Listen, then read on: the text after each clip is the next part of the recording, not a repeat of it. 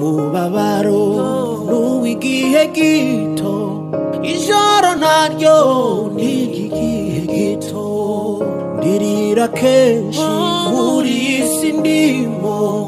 ariko ntarabona Yesu hazabaho igitondo gihoraho nibwo nazongera kurira ukundi umubabaro n'uw'igihe gito ijoro naryo n'igihe gito turira kenshi muri iyi si ariko nuko tutarabona Yesu hazabaho igitondo cyiza Horaho mu buzima bwacu nibwo tutazongera kurira ukundi ikaza mu ndirimbo y'umunsi ndagira nkubwira ngo wihangane nubwo umubabaro w'uburwayi ugikomeje ariko nayombwa ngo ni uw'igihe gitoya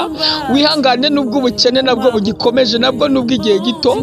Imana izakora ikintu gikomeye mu buzima bwawe nasomye ijambo rirambwira ngo ahari kurira ngo kwararira umuntu nijoro ngo ariko bwaca mu gitondo hakavuzwa impundu Imana ishimwe cyane tegereza igitondo cy'Imana mu buzima bwawe kizaza ari cy'amashimwe uzatera ya korasi bajya baririmba ngo iki gitondo Mana turagushimye ngo kandi iki gitondo Mana turaguhimbaje kubera yuko cyari gitandukanye n'ijoro ryakeye amajoro yose n'umwijima ariko ibyayo byose biratandukanye hazabaho igitondo cyiza gitandukana n'ijoro waraye Imana y'amahoro ikwishimire kandi kugirire neza ijambo ryarambwiye ngo ubwo yababajwe no kugeragezwa ngo nawe abasha gutabara abageragezwa bose ngo ni umugwaneza kandi yoroheje mu mutima uwo mugabo yitwa Yesu ndamwinginza kugenderere muri aya masaha ibibazo ufite n'ubukene urimo nawe abyiteho umubabaro wawe ube uw'igihe gitoya muri iyi minsi Yesu aguhe umugisha